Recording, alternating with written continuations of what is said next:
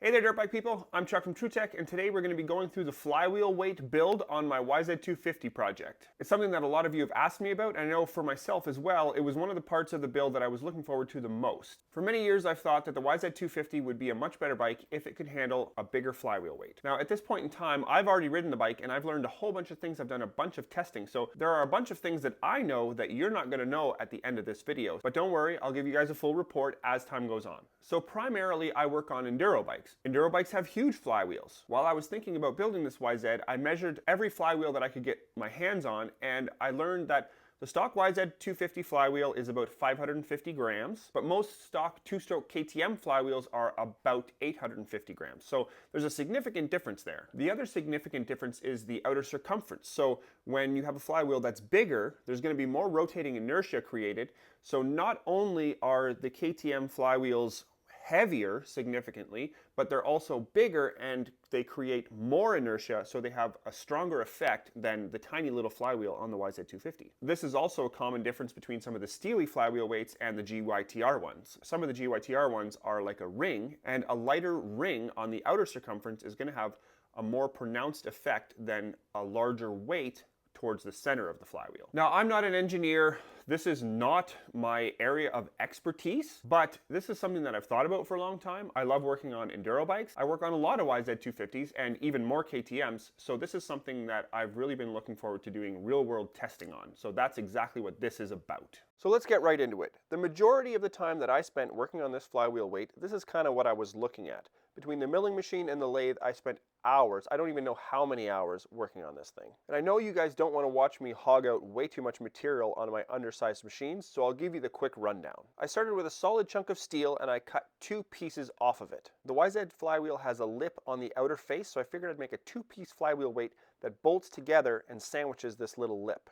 At this point, my goal was simply to utilize every bit of space inside that cavity that I possibly could to get as much flywheel weight on this thing as possible. Here you can see that the plate on the outside of the flywheel sits inside of a groove, but it sticks proud just a little bit so that I can bolt this piece onto it and it will sandwich it and keep it in place. So this is all just test fitting, really rough. Okay, so I'm still hitting the pickup coil over here. I'm also interfering with the actuator arm here. So I am going to have to cut down the overall OD. I'm going to say, yeah, I'm going to have to take quite a bit. I'm going to have to put like that. All right, I'll cut this down in the lathe. You guys probably don't need to see that because that's boring. Okay, so I think I have to change my approach here. You can see I've pretty much machined right down to my screw threads, so that is not going to work. And I'm still clear of this part, but I don't think I'm quite deep enough. As soon as I tighten the nut onto the crank to tighten the flywheel, it's going to start touching this pickup. And I suspect I probably need to stay a little bit away from that pickup anyway, because it might affect how it sends the signal for the spark. And the biggest problem is that it's touching the actuator. I can get it to clear here, but I can't get it to clear here, and I just can't go any further. So I kind of dreamt about it last night, and I think what I'm going to do, or what I'm planning on trying anyway, is going from an M6 bolt to an M5 bolt. So I have a little bit smaller thread diameter, and I'm going to try, I'll see if I have some socket head caps, and then I'll put them in from the back side and I'll countersink them so that they're out of the way up here, and so that I can get them in a little bit further. That's my next idea. All right, fresh holes in here, M5. I was able to get them a little bit closer to the center, not a whole lot.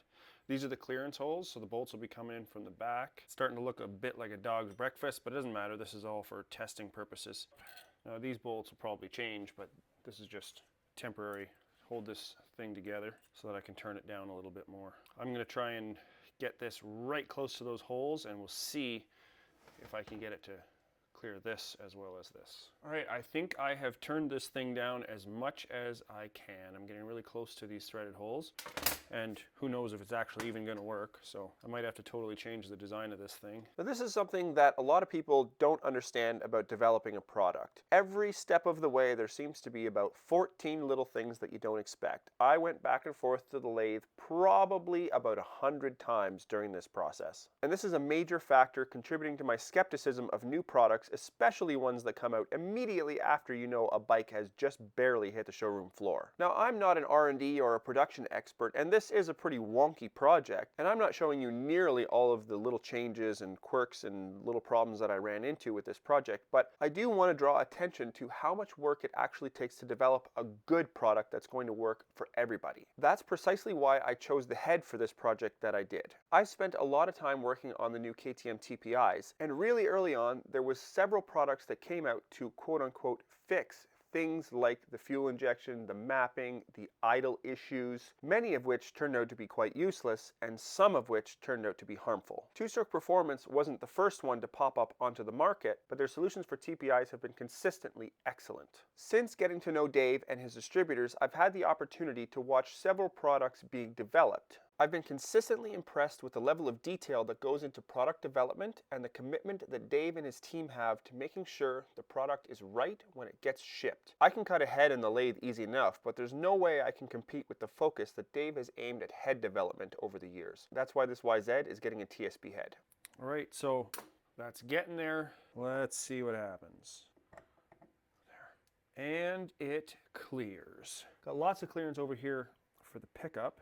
I might have to bend this arm just a little bit. So as you guys know, I'm also not a machinist. So after all of that work, this is the dog's breakfast that I came up with. This is the prototype that I did all my test fitting with, but this was version 1, and this allowed me to make sure that everything would fit. After making sure that everything would fit and that it would physically work inside the bike, I realized that I could probably carry out the machining myself on my basic equipment, but I wanted the flywheel weight to be quite nice, and there are people who can do a much better job than I can. So I talked to my buddy Andy, who runs Enduro Components in Alberta, and he sent me this beautiful, well, it's not beautiful anymore because I've used it a whole bunch. You can see it's rusted, but the machining on it is much nicer than the stuff that I was doing, and I'm very happy with that. Obviously, there's no ugly marks on the outside. He did the math properly in the CAD so that everything fits nicely.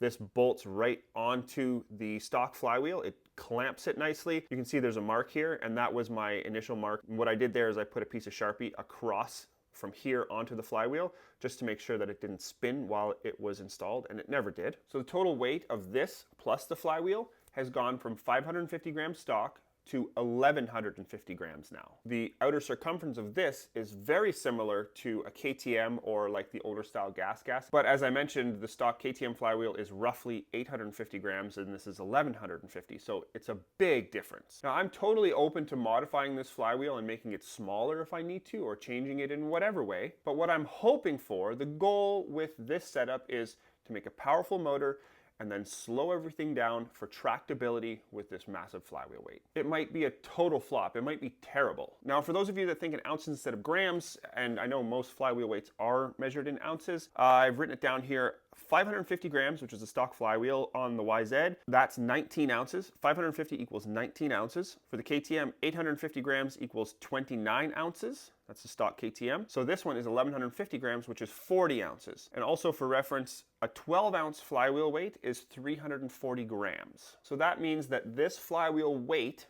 by itself weighs 600 grams or 21 ounces. And keep in mind that that 21 ounces is primarily on the outer circumference here. There is a fair bit of weight on the inside as well, but you can see it's really beefy all around the outside. So this is a 21 ounce flywheel weight that is around the circumference. It's pretty massive. If you enjoyed this video, I would appreciate a thumbs up. If you want to see more content like this, go ahead and subscribe and hit the notification bell. If you want to see what I'm doing on a more day-to-day basis, you can find that type of content on Instagram. Let me know what you think in the comments. Thanks a lot for watching. I appreciate your time.